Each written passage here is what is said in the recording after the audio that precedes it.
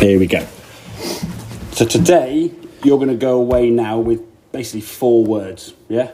Shoulders square, feet flared.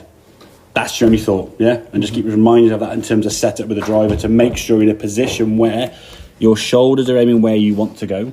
They're not aiming to the left, and your feet aren't sort of turned in, which are going to restrict any movement, okay? So it's not a massive change, as we said. We're going to see how we zoom in when we see your left shoulders, pretty much when your shoulders going to be square, because that's sort of your feet line there, sort of parallel to your target. When we see your left shoulder, which will be about there, yeah, that's kind of when your shoulders now, you sort of see your left bicep there. That's probably now when your shoulders get pretty square there. And look where the club is, edge of the mat. So you've moved that club back probably about 2.5, 3 feet. So your shoulders have been aiming left. When the shoulders do get square here, the club has already moved back, which is an indication your shoulders, as we said, were aiming to the left, okay? If we look here now at this one, oh, there you go. I would say there's probably when your shoulder comes invisible there, yeah? So back there somewhere it's square. And now the club's gone back a foot. So we're still slightly open, right, okay. But we're a lot less open. Does that make sense, yeah? And again, I think making a slight subtle little change is still within kind of where you feel comfortable to stand to the ball. Even though it's not ideal, that's where you feel comfortable right now, okay? And it's moving towards where we want to get to. Yeah.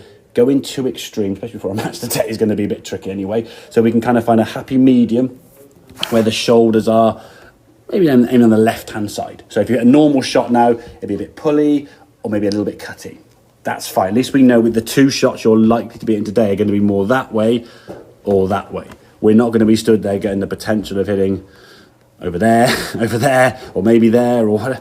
And you've got no idea where that ball's going to go. And when you've got that feeling on the tin, you've got no idea where the ball is going to travel, the anxiety level's going to increase, the tension level's going to increase.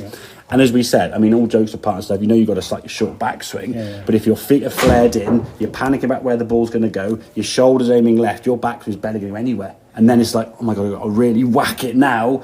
And then you duff it, hit the ground behind the ball. We get those drop kicky kind of shots that we were seeing there quite promptly, okay? It was getting to the stage when I was almost doing baseball shots, and my swing is short. We just do I was trying to get it. My feet were coming off the ground. You're trying to do everything. Yeah, exactly. I was trying to put everything into it. Exactly. And you can see that's like people always do things to try and fix the faults, but they end up trying to fix the symptoms. I mean, in terms of the club angle coming back down to that goal, we'll through your right forearm there really, really nicely, okay?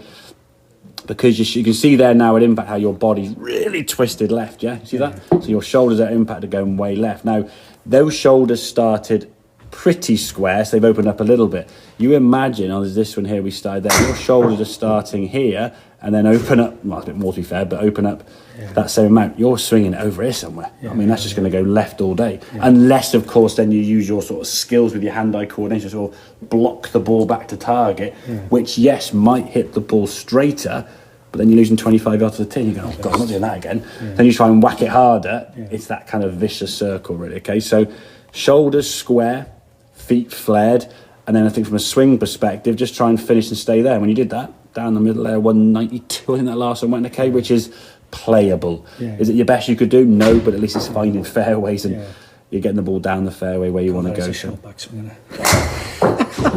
The thing is, with your feet being turned in and that limited range of motion there, a flared feet will help help the body move more. Having your shoulders squared up will help the body move more. That foot is coming in there, isn't it? The left foot? Yeah.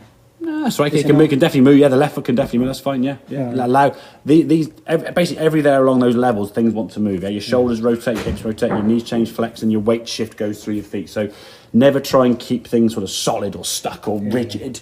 We've got to keep some movement going on. But I think if you're just some numbers on this, if your shoulders are starting off aiming, I don't know, 20 degrees left to target, right?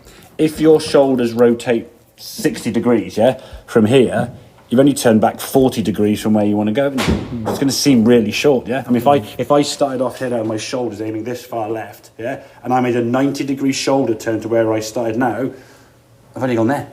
So that back is going to look really short. If I start off here and make a 90-degree shoulder turn, get more. Exactly. So a lot of times the swing is going to look a little bit short based around some of the restrictions you've got, both physically and mentally, because you're a little bit unsure where the ball's going to go yet. So if we can eliminate one side of the golf course and say your shots are going to go straight or a little bit to the right today, at least we can then be a bit more committed to the shot we want to try and hit, okay? Does that make sense here? Yeah, it does. So it's a small little change, but obviously pre-match you don't want to be making massive change. I would say give this a whirl for 2 or 3 weeks. Sure. If it still just keeps creeping a bit to the right, we can add a little tweaker there to sort of get that ball back to target and get that distance back up to 200 plus potentially. So Okay, mate. okay, mate? Yeah, Good stuff.